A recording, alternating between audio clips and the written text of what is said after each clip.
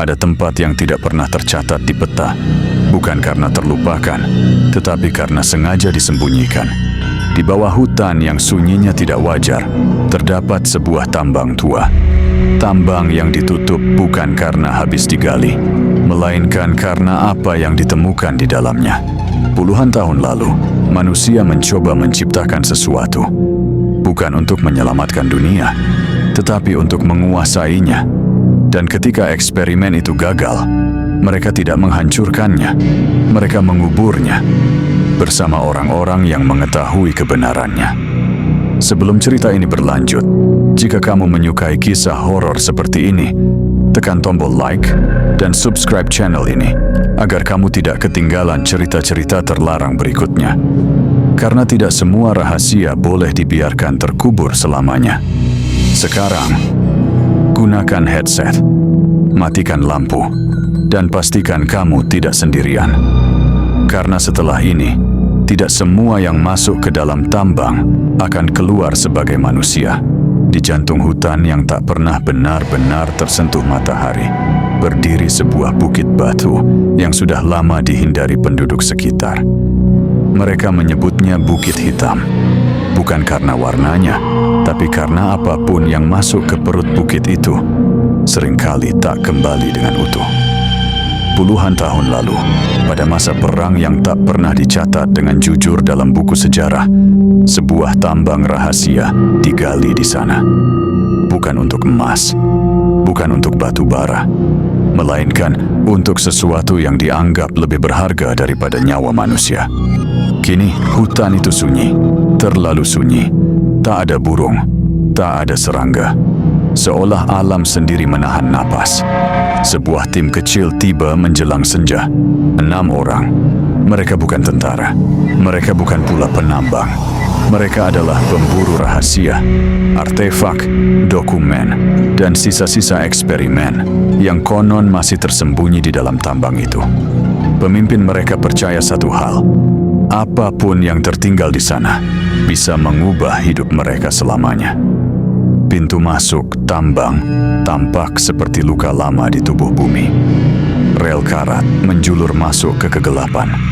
Udara di sekitarnya dingin, lebih dingin dari seharusnya.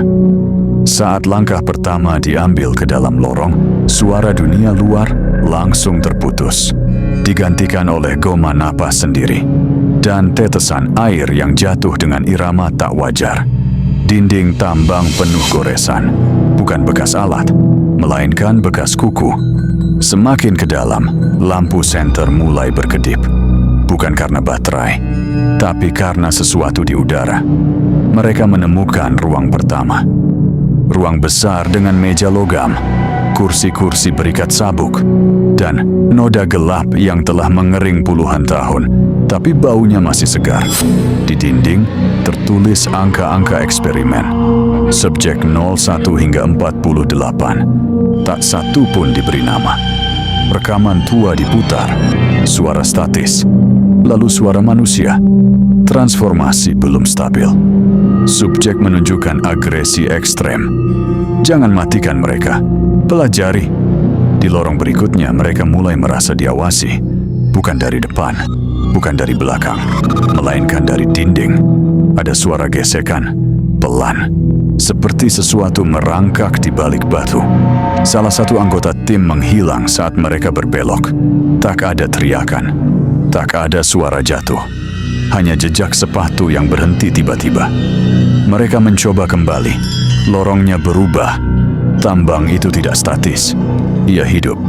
Ia mengingat. Peta tak lagi berguna. Setiap langkah membawa mereka lebih dalam, meski mereka merasa berjalan ke arah keluar. Di ruang laboratorium utama, mereka menemukan kapsul-kapsul pecah, kosong. Dari dalam kapsul, bekas cairan hitam mengalir ke lantai dan menyatu dengan tanah. Lalu terdengar napas lain. Berat, basah, tidak manusiawi. Makhluk itu muncul dari bayangan. Dulunya manusia, masih memakai seragam eksperimen yang menempel pada dagingnya. Matanya kosong, tapi tubuhnya bergerak dengan tujuan. Ia tidak berburu karena lapar. Ia berburu karena diperintah. Satu persatu, tim itu terpecah. Kegelapan memisahkan mereka, dan tambang menelan jeritan mereka tanpa gema. Namun yang paling mengerikan bukanlah makhluk itu, melainkan kesadaran yang datang perlahan. Eksperimen itu tidak gagal, ia ditinggalkan. Dan mereka yang selamat mulai merasakan perubahan. Pendengaran menjadi terlalu tajam, cahaya terasa menyakitkan. Amarah datang tanpa sebab. Tambang itu tidak hanya mengurung monster, ia menciptakannya.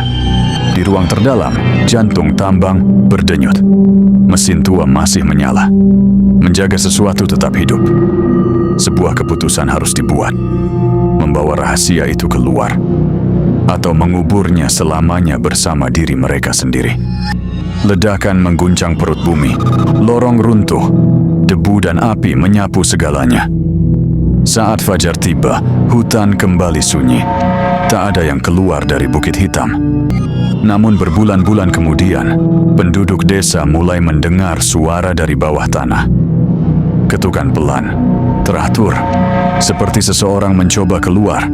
Dan jauh di dalam kegelapan yang tak lagi memiliki nama, eksperimen itu terus hidup, menunggu.